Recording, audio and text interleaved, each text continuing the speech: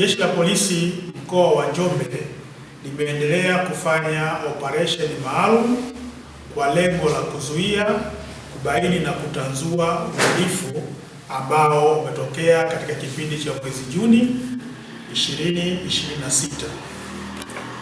Jeshi la Polisi limefanikiwa kuwakamata watuhumiwa 107 kwa tuhuma mbalimbali zikiwemo mauaji, uvunjaji, wizi wa pikipiki pamoja na madawa ya kulevya. Miongoni mwa watuhumiwa waliokamatwa ni pamoja na raia wa kigeni ambaye amefahamika kwa jina la Amar Abdi Wota El Saidi, miaka 37. Huyu ni raia wa Misri ambaye amekutwa akiwa anafanya kazi hapa nchini bila kuwa na vibali na tayari ameshakabidhiwa katika idara ya uhamiaji kwa hatua zingine.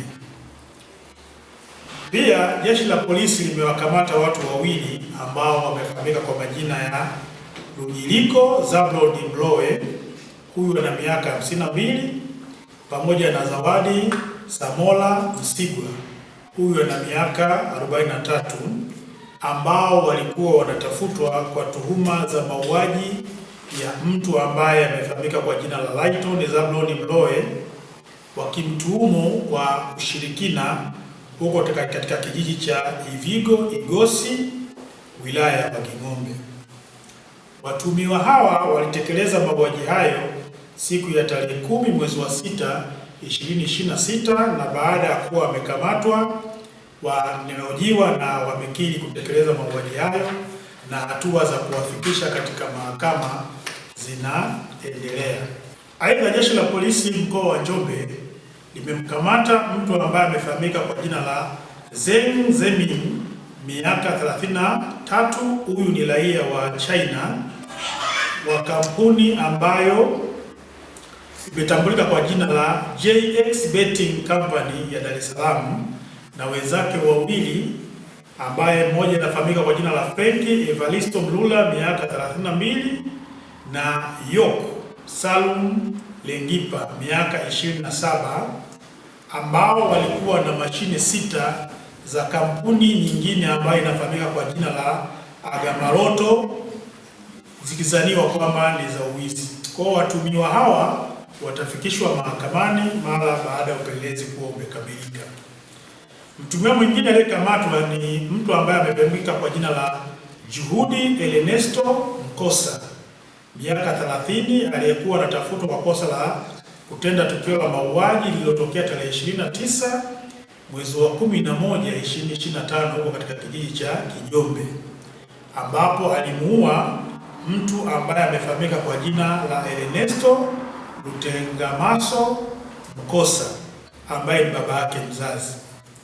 Katika mahojiano ya awali, mtuhumiwa amekiri kutenda kosa hilo toka tarehe 29 mwezi wa 11 2025, na mara upelelezi utakapokuwa umekamilika wa vitu vingine, basi na yeye atafikishwa mahakamani. Lakini sababu halisi iliyopelekea mtuhumiwa huyu kuweza kutekeleza mauaji hayo ni kumtuhumu mzazi wake ushirikina na kwamba mke wake alikuwa akibeba ujauzito unaharibika mara kwa mara.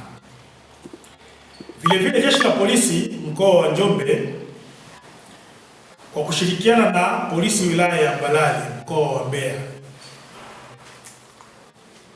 imefanikiwa kumkamata mtu ambaye amefahamika kwa jina la Joseph Mapinduzi Kalinga, miaka 21, mkazi wa Kinyanambo Mafinga, akiwa na pikipiki MC 803 EUN aina ya King Lion, aliyokuwa anatafutwa kwa kosa la wizi wa pikipiki uliotokea hapa mkoani Njombe. Kwa watuhumiwa wote hawa, mara baada ya upelelezi kuwa umekamilika, watafikishwa katika mahakama kwa ajili ya hatua zingine.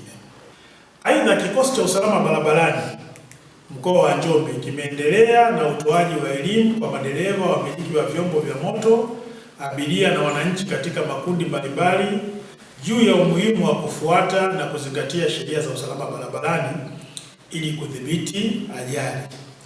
Kufuatia hatua hizo, jumla ya madereva 6586 walikamatwa kwa makosa mbalimbali ya ukiukwaji wa sheria za usalama barabarani. Kati yao madereva 6585 waliandikiwa faini na dereva mmoja ambaye amefahamika kwa jina la Idrisa Amlani Luvanga amefungiwa leseni yake baada ya kusababisha ajali akiendesha basi namba T 580 ENT kampuni ya Money Nice inayofanya safari zake kutoka mkoa wa Dar es Salaam kwenda mkoa wa Ruvuma na kupelekea majeraha kwa abiria waliokuwa katika basi hilo.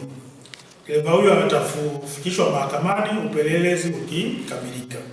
Aidha, katika mafanikio mahakamani, mahakama ya wilaya Wanging'ombe siku ya tarehe 30 mwezi wa 6 2026 ilimhukumu mtuhumiwa ambaye anafahamika kwa jina la Zakayo Brighton Nyazala miaka 40 kifungo cha miaka 4 jela baada ya kupatikana na hatia la kosa la kuua bila kukusudia, tukio lilotokea mwezi Machi 2025, kesi namba 91/2025 inahusika. Aidha, tarehe 29 mwezi wa 6 2026 Mahakama Kuu Kanda ya Iringa iliwahukumu Justin Levi Tulime miaka 43 na Nesta Elasto Muhanda miaka 34 kifungo cha miaka 7 jela baada ya kupatikana na hatia ya kuua bila kukusudia. Hii ilikuwa ni kesi namba 9 ya mwaka 2024. Lakini tarehe 25 mwezi wa 6 2026 Mahakama Kuu Kanda ya Iringa iliwahukumu Michael John Wiva miaka 21 na Justin Victor Mahundi miaka 21 kifungo cha miaka 10 jela baada ya kupatikana na hatia ya kuua bila kukusudia. Hii ni kesi namba 292 ya mwaka 2024. Lakini tarehe 3 mwezi wa 7 mahakama ya wilaya ya Wanging'ombe ilimhukumu James Damson Ngole miaka 34 huyu kifungo cha miaka 2 jela au kulipa faini ya shilingi 200,000 baada ya kupatikana na hatia ya kosa la kujifanya mtumishi wa serikali ambaye alikuwa anajiita afisa usalama. Hivyo Jeshi la Polisi katika mkoa wa Njombe kupitia polisi jamii litaendelea na mikakati yake ya kuyafikia makundi mbalimbali kwenye jamii kupitia polisi kata ili kuhakikisha jamii inaendelea kubaki salama dhidi ya vitendo vya uhalifu kwa kuwajengea uelewa, kushirikiana na Jeshi la Polisi katika kubaini, kuzuia na kutatua uhalifu kwenye maeneo yao bila ya kusababisha madhara.